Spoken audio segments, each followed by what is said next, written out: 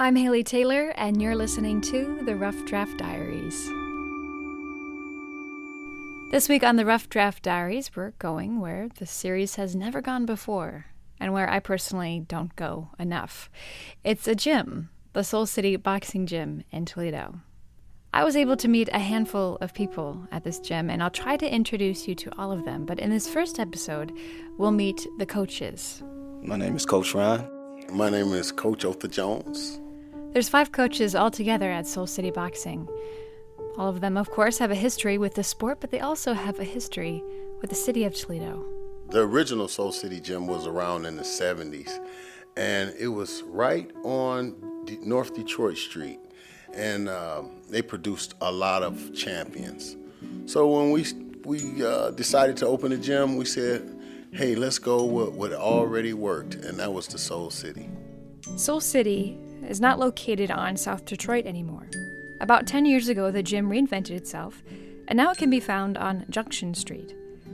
Otha was one of the many individuals who helped create that renovation, again, about 10 years ago. Yes, I was one of the founders here at Soul City. It began by wanting to give kids another opportunity because the public schools had closed, had shut out sports for the high schoolers. So we opened up the whole city to give a refuge for kids to come and hang out and not get in trouble. Coach Ron hasn't been at Soul City as long as Coach Otha. He's been here for about 2 years.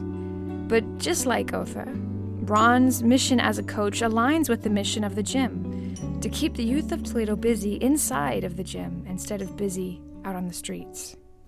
I can't speak for no other city, but I can imagine that it would be equally as hard, to succeed no matter where you are, because there's poverty, there's inner city problems wherever you go. And we're in a city gym.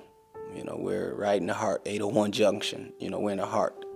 It's real easy to get caught up in the middle of something. And if you're not boxing at this gym, box at another gym. Just do something, play basketball. Don't have that idle time doing nothing. Soul City is not only a boxing gym. They have wrestling courses, they have a behavioral modification program. There are adult classes like yoga, or a women's course where you can learn self-defense.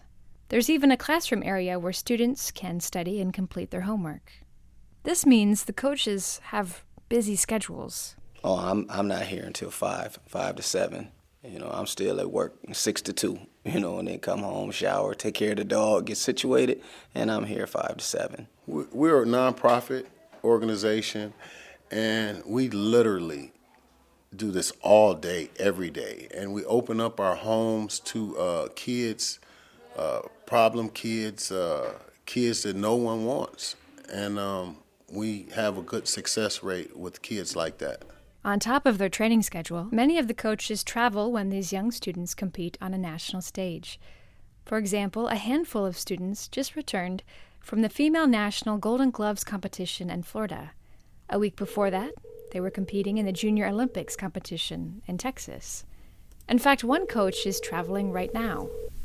I'm in Colorado Springs right now. We have a kid on our team by the name of Charles Conwell. He made it to Rio for the Olympics, for 2016 Olympic Games. And I am here out in Colorado Springs helping him with training camp. We leave July 19th, and the Olympics starts on August 5th. That's Coach Roshawn Jones, who, if you can tell from today's date, is no longer training in Colorado Springs, but is already in Rio with our local Olympian, Charles Conwell. Conwell is from Cleveland, but is based in Toledo. That's where he's done most of his training, at Soul City Gym. It's exciting to think of local talent competing in the Olympics. But it's also concerning, as if I had not talked to the coaches at Soul City Gym, I would have no idea that Charles Conwell was competing. It's a concern Coach Ron knows all too well. All he needs is more exposure and what I like to call more home cooking. And that's basically when you come home to your city, don't wait till he becomes champion of the world to say he's from our city. Support him. Do the things that it takes to help this kid get to Rio, get to Florida, we're a nonprofit organization. Sometimes it's hard because a lot of times being in the inner city, the parents, they don't really have it to give. So a lot of times, coaches have to fork it over and do whatever it takes, whether it's buy kids shoes, jerseys, pay for pass books and everything like that. And we're not faulting the parents, because sometimes they just don't have it. We work hard, we stay within our group. If it's meant for us to have, we'll get it. If not, somebody will bless us with something. If not, we do what we can to keep it going. Conwell is not the only champion to bless Soul City Gym with his determination and hard work. In fact, there's many, all placing first on national levels.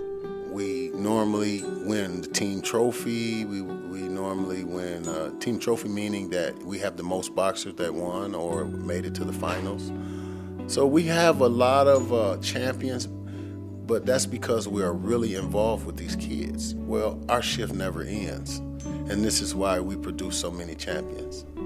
We'll talk to some of those champions next time on the Rough Draft Diaries, so stay tuned as we begin part 2 in the story of Soul City Gym. For now, I'm Haley Taylor, and thanks for listening to this episode of the RDD.